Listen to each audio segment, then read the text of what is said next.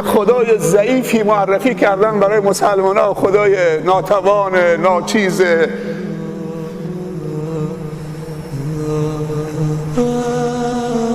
این همه قدرت در اختیارشه، با تواضع میکنه برای بندگانش.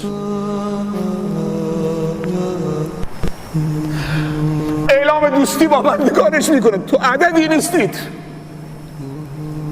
این تواضع خداونده.